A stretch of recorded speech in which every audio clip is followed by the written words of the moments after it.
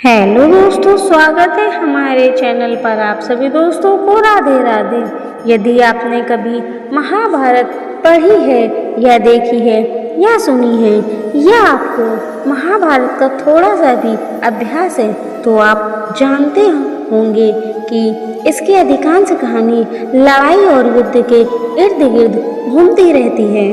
तो दोस्तों, आज हम इस वीडियो में हिंदी महाकाव्य महाभारत के 10 सबसे शक्तिशाली हथियार या अस्त्र के बारे में बताने वाले हैं। तो टाइम को वेस्ट न करते हुए चलिए दोस्तों वीडियो को शुरू करते हैं। नंबर 10 पे है दोस्तों वासवी शक्ति। वासवी शक्ति इंद्र की थी और इसमें अपने विरुद्ध प्रयोग किए जाने पर किसी को भी मार डालने की शक्ति और निश्चितता थी। कर्ण को यह एक बार प्रयोग करने के लिए उधार दी गई थी और उसने इसे अर्जुन को मारने के लिए सुरक्षित रखा था। हालांकि किसी रणनीति चालबाजी के कारण कर्ण को इस घटोत्कच के विरुद्ध प्रयोग करने के लिए विवश होना पड़ा। इस प्रकार यह उन गिने चुने अस्त्रों में से एक था जो अर्जुन के लिए खतरा थे। नंबर 9 है दोस्तों वज्र। वज्र इंद्र का सबसे शक्तिशाली अस्त्र है और यह ऋषि दधीचि की रीढ़ से बना है। कथा के अनुसार इंद्र ने राक्षस वृत्र का वध करने के लिए इसी अस्त्र का प्रयोग किया था। वज्र इतना शक्तिशाली है कि देवताओं ने शक्ति के महिमा मंडन के लिए इसे विशेषण के रूप में प्रयोग किया। उदाहरण के लिए गीता में भगवान श्री कृष्ण स्वयं को वज्र बताते हैं। यह न केवल शक्तिशाली है बल्कि अविनाशी भी है। तो दोस्तों नंबर 8 पे है नारायणास्त्र। नारायणास्त्र भगवान नारायण का अस्त्र है और कहा जाता है कि इसमें लाखों स्वनिर्देशित अस्त्रों में विभाजित होने की क्षमता है जिनकी मारक शक्ति प्रतिरोध के समानुपाती होती है। इस अस्त्र का मुकाबला करने का एकमात्र तरीका इसे निष्क्रिय करना है, अन्यथा आत्मसमर्पण कर दो। द्रोण उनके पुत्र और कृष्ण ही इस अस्त्र के बारे में जानते थे और जब अश्वत्थामा ने पांडव सेनाओं के विरुद्ध इसका प्रयोग किया तो श्री कृष्ण ने इसे निष्क्रिय कर दिया क्योंकि उन्हें इसकी युक्ति पता थी। नंबर 7 है दोस्तों ब्रह्मास्त्र। ब्रह्मास्त्र अत्यंत दुर्लभ है। हालांकि यह अनेक देवताओं और अर्ध देवताओं के पास था, फिर भी इसका प्रयोग महाभारत में केवल एक बार ही हुआ था।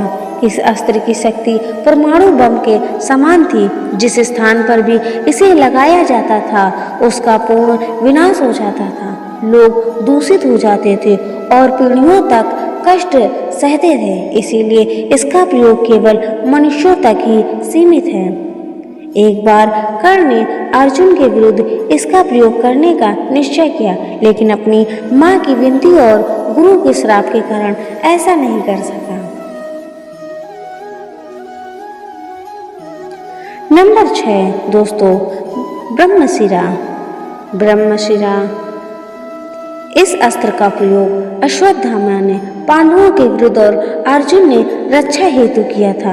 जब परमाणु विस्फोट हुआ तो नारद और व्यास मुनि ने इसके प्रभाव को रोकने का आदेश दिया। केवल अर्जुन ही अस्त्र को वापस ले पाए, लेकिन अश्वत्थामा ऐसा नहीं कर सके और उन्होंने इसे अर्जुन के आजन्मे पुत्र परीक्षित पर आक्रमण करने के लिए भेज दिया। तब भगवान श्री कृष्ण ने परीक्षित की रक्षा की। नंबर 5 पशुपात्र। पशुपात्र भगवान शिव का था और इसे अविनाशी माना जाता है। यह किसी भी सृष्टि का विनाश कर सकता था। इसका प्रयोग नश्वर प्राणियों पर वर्जित है। अर्जुन ने एक बार यह अस्त्र सीधे भगवान शिव से प्राप्त किया था, लेकिन महाकाव्य में इसका प्रयोग कभी नहीं किया गया। नंबर 4 ब्रह्मदंड।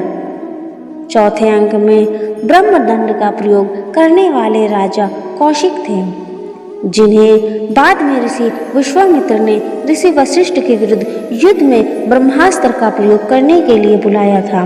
ब्रह्मदंड वह अस्त्र था जिसने इसे निगल लिया और परमाणु कवच का काम किया। नंबर 3 पर है दोस्तों सुदर्शन चक्र।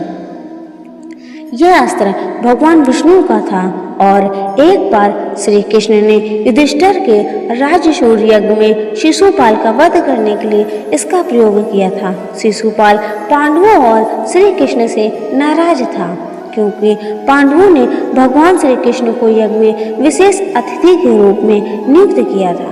शिशुपाल ने ऐसा करके कई पाप किए और उसके 101वें पाप पर भगवान श्री कृष्ण ने सुदर्शन चक्र से उसका तुरंत वध कर दिया। नंबर 2 पर है दोस्तों त्रिशूल। खैर, ऊपर बताई गई यानी वीडियो में पहले बताई गई सभी बातों के साथ यह एक अत्यंत शक्तिशाली अस्त्र त्रिशूल भी छोड़ जाता है। यह संहार के देवता भगवान शिव का सबसे शक्तिशाली अस्त्र है। इसका उपयोग गणेश का मूल सिर काटने के लिए भी किया गया था। नंबर 1 पर है दोस्तों बुद्धि, मन। विनाश के देवता के सबसे शक्तिशाली अस्त्र से भी एक और शक्तिशाली अस्त्र है और वह है मन। भगवद गीता में श्री कृष्ण के कथन का अंग्रेजी अनुवाद कहता है, मन इंद्रियों से ऊंचा है, बुद्धि मन से ऊंची है और आत्मा बुद्धि से भी ऊंची है।